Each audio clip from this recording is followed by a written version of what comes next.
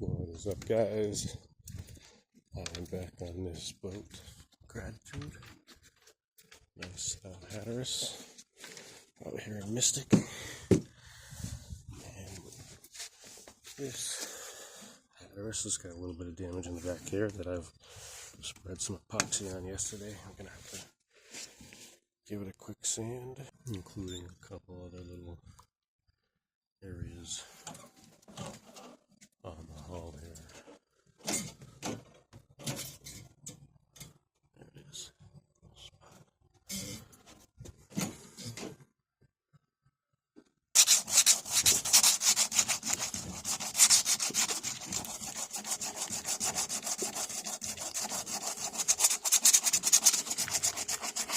Still a little bit gooey on the surface.